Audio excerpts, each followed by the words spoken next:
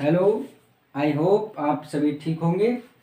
और आज का जो टॉपिक है थंबनेल पे आपको दिख ही रहा होगा, गॉस की प्रमेय, गॉस का नियम। ठीक है, इम्पोर्टेंट काफ़ी है। इम्पोर्टेंट दोनों तरीके से भी है, डायरेक्टली प्रश्न पूछ लिया जाता है और इनडायरेक्टली रूप से, अर्थात जो इसके एप्लीकेशन है वो भी आपसे क्या है कभी कभी एग्जाम में पूछ लिए जाते हैं। कभी कभी क्या ज़्यादातर पूछ ही लिए जाते हैं, क्योंकि जो सेकंड लेसन है आपका वो गॉस की प्रमेय पर आधारित है पूरा। ठीक है, तो अगर ये आप प्रमेय नहीं पढ़ेंगे तो आगे के जो एप्लीकेशन होंगे आपको उनको समझने में क्या होगी, परेशानी होगी। ठीक है, तो चलते हैं समय बर्बाद ना करते हुए गॉस की प्रमेय। ठीक है, गॉस की प्रमेय का सबसे पहले एक स्टेटमेंट ये आता है कि इन्होंने जो अपना कथन दिया था वो किसके लिए दिया था, एक बंद पृष्ठ के लिए दिया था। किसके लिए दिया था, एक बंद पृष्ठ के लिए। ठीक है, अब इसका स्टेटमेंट क्या है, स्टेटमेंट ये है इसका कि किसी बंद पृष्ठ से होकर गुजरने वाला वैद्युत फ्लक्स। ठीक है, वैद्युत फ्लक्स को किससे प्रतीक किया था, फाई ई से। तो किसी बंद पृष्ठ से होकर गुजरने वाला वैद्युत फ्लक्स फाई ई। ठीक है, पृष्ठ द्वारा घिरे कुल आवेश Q का 1/ε0 गुना होता है। ठीक है, तो अर्थात हम यहाँ पे ये कर सकते हैं, देखो फाई ई बराबर Q/ε0। ठीक है, कथन में लिख दे रहा हूं इसका, देखिए इसके अनुसार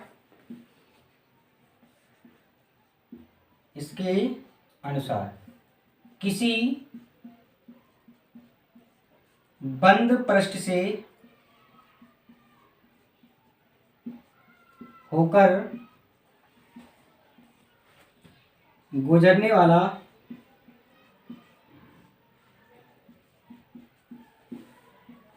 वैद्युत फ्लक्स, ये क्या होता है आपका, फाई ई। ठीक है, किसी बंद पृष्ठ से होकर गुजरने वाला वैद्युत फ्लक्स फाई ई पृष्ठ द्वारा घिरे कुल आवेश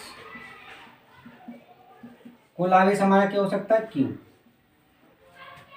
का 1/ε0 गुना होता है।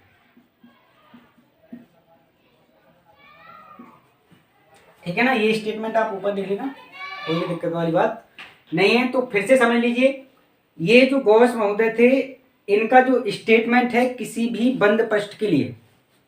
ठीक है, तो किसी बंद पृष्ठ से होकर गुजरने वाला जो वैद्युत फ्लक्स है, ठीक है, क्या है आपका वैद्युत फ्लक्स फाई ई पृष्ठ द्वारा घिरे कुल आवेश Q का 1/ε0 गुना होता है। ठीक है, अब यहाँ पे जो आपका क्या कहते हैं गॉस की जो प्रमेय है, अगर मान लीजिए आपका ये बंद पृष्ठ है, ठीक, और बंद पृष्ठ के बाहर जो आपका कुल वैद्युत फ्लक्स होगा वो कितना होगा, 0 रहेगा। एक बात ये भी ध्यान अपने दिमाग में रखना है, ठीक है, कि अगर ये आपका जो बंद पृष्ठ है, बंद पृष्ठ के बाहर किसी पृष्ठ पर जो आपका क्या कहते हैं वैद्युत फ्लक्स रहेगा उसका मान क्या रहेगा, आपका 0 रहेगा। और ये आपका धन आवेश और ऋण आवेश दोनों के लिए क्या है, सत्य है। इस बात को भी अपने दिमाग में रखना।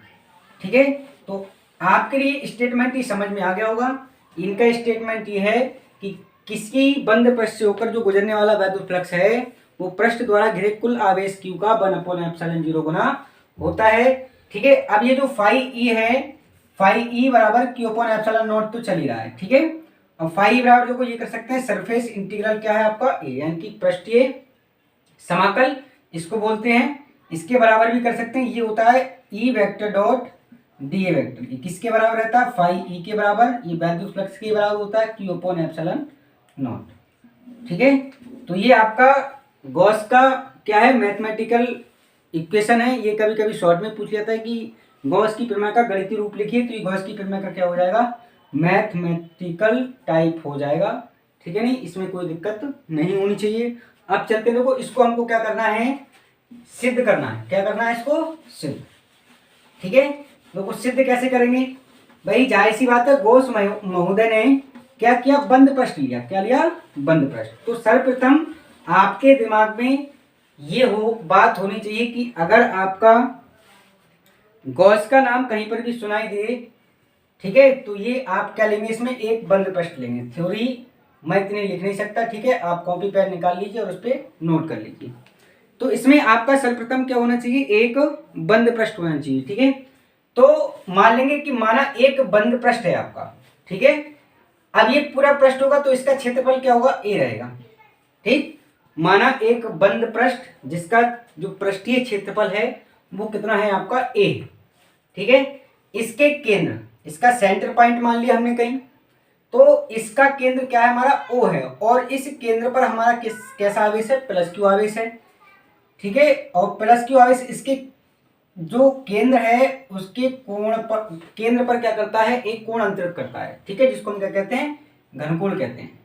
इसकी जो हमने रेडियस थी वो कितनी मान ली, आर मान ली, ठीक है ना, कितनी मान ली, आर। देखिए अब यहां से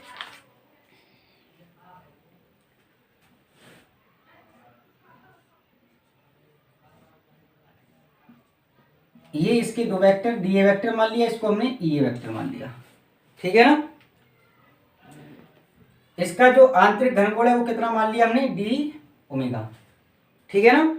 तो यहां पे हम मान लेंगे, तो माना एक बंद पृष्ठ, ये हमारा क्या है, पूरा कोई क्लोज सरफेस है, बंद, ठीक है, जिसका जो पृष्ठीय क्षेत्रफल है वो कितना है, ए है। इसके केंद्र यानी कि जो आपका पृष्ठ है इसके केंद्र ऊपर क्या है, एक प्लस क्यू कूलम का आवेश रखा है, ठीक है नहीं। इससे आर मीटर की दूरी पर यहाँ पे क्या मान लेंगे, हम एक बिंदु पी मान लेंगे, जहां पर हमको क्या करना है, सबसे पहले वैद्युत फ्लक्स का मान ज्ञात करना, ठीक है।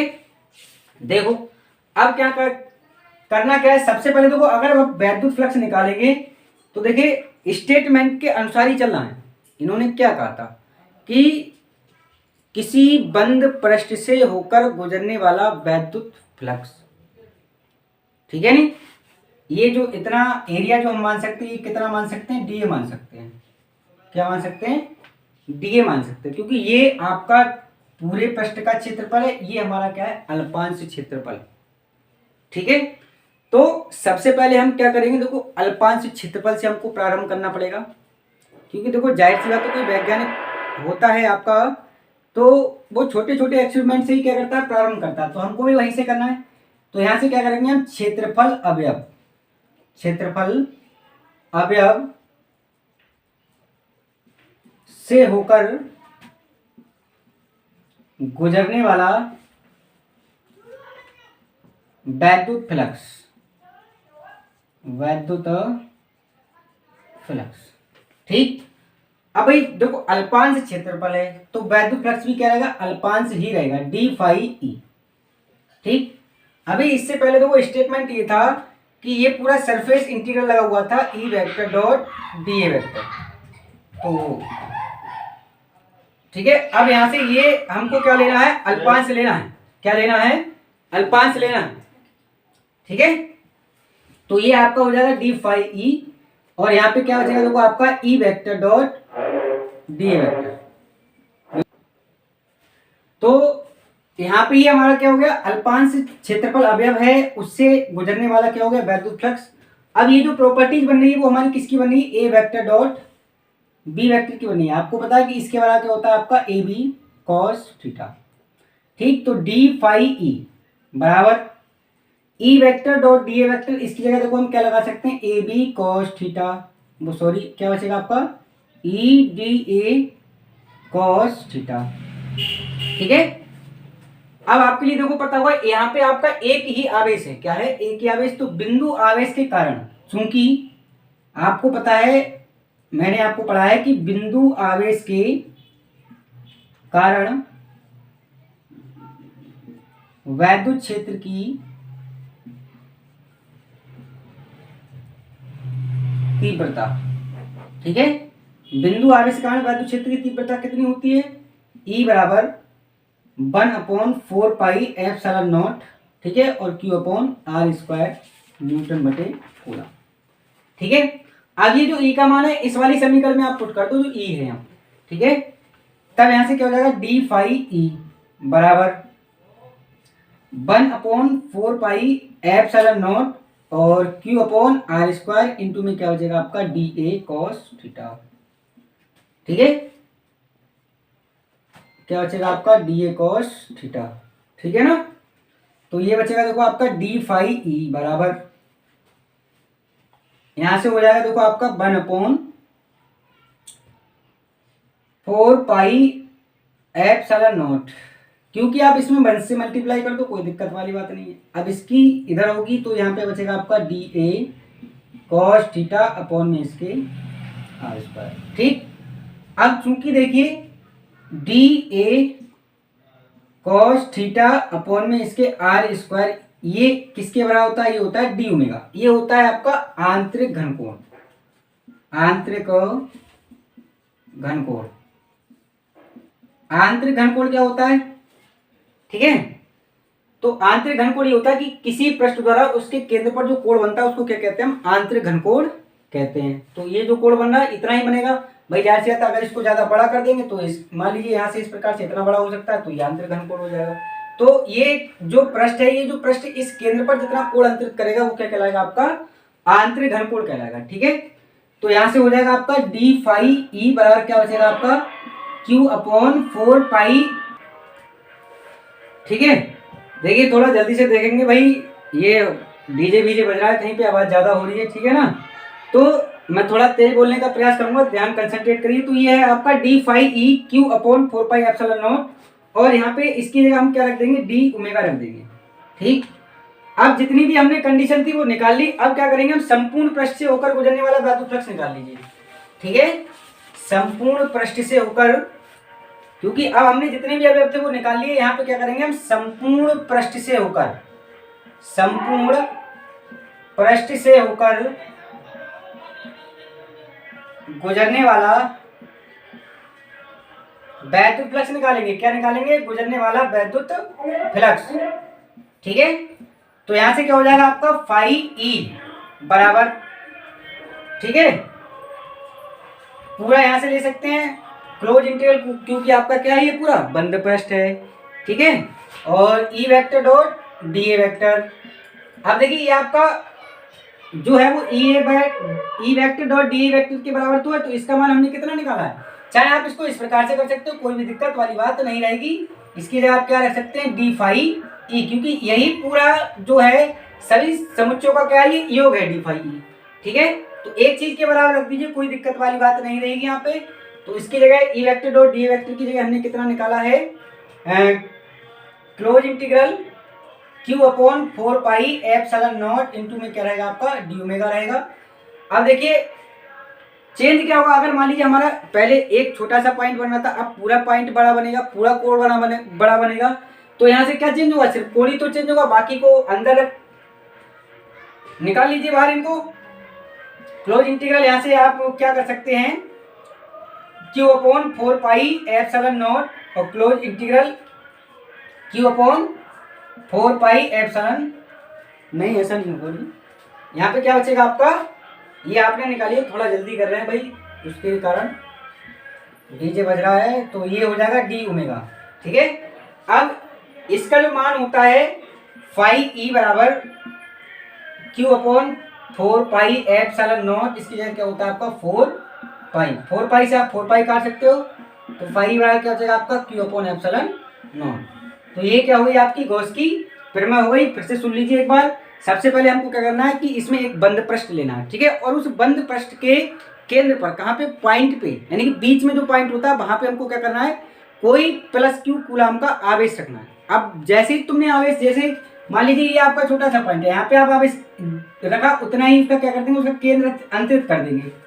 ठीक है ना, तो ये हम सब लोग कर सकते हैं आराम से। तो सबसे पहले हमको देखो पॉइंट ये लगाना है कि क्षेत्रफल अवयव, यानी कि जो छोटा क्षेत्रफल है उससे निकलने वाला वैद्युत फ्लक्स निकालेंगे। तो डी फाई बराबर E vector dot D vector होता है, इसमें प्रॉपर्टी लगा दी हमने ए वेक्टर डॉट बी वेक्टर की, ये ए बी कॉस थीटा होता है, तो यहाँ से ई डी कॉस थीटा हो जाएगा। अब आपको ये पता है बिंदु आवेश कारण वैद्युत क्षेत्र की तीव्रता इतनी होती है, तो ये जो ई का मान है, ये वाला ई का जो मान है वो आप कहाँ लगा सकते हो, ये जो ई है, तो यहीं पे लगाया हमने 1/4 pi epsilon not Q upon are square D A cos theta. इस क्यू की हमने 1 से मल्टीप्लाई कर दी, तो Q upon 4 pi epsilon not हो गया, ये हो गया D A cos theta upon are square. तो D A cos theta upon are square ये किसके बराबर होता है, डी ओमेगा, ये क्या होता है आपका आंतरिक घनकोण होता है।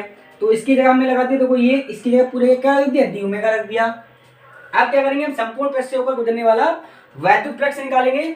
तो फाई ई बराबर है, चाहे आप E vector dot D A vector कर दो, चाहे आप क्या कर दीजिए डी फाई ई कर दीजिए, ठीक है ना। क्या कर दीजिए आप डी फाई ई, क्योंकि डी फाई ई क्या है, इन छोटे छोटे पदों का क्या है, ये इसके बराबर ही है। तो डी फाई ई यहाँ चाहे ये रख दो, चाहे आप E vector dot D A vector रख दो, कोई दिक्कत वाली बात नहीं है। तो Q upon 4 pi epsilon not, इसका जो मान है वो कितना, E vector dot D vector का मान है, या जो डी फाई ई का मान है वो कितना, Q upon 4 pi epsilon not into D omega. तो Q upon 4 pi epsilon not बाहर निकाल लिया, चेंज करेगा हमारा, कोड ही चेंज होगा, तो ये हमने बाहर निकाल लिया, ठीक। ये आगे बाहर, इसका जो पूरा मान होता है कितना होता है 4 पाई, 4 पाई से 4 पाई कट जाए, Q upon 4 pi epsilon not, ठीक है। और थोड़ा सा ध्यान से देख लेना कंसंट्रेट करके, ठीक है। थैंक यू, गुड नाइट, सत श्री अकाल।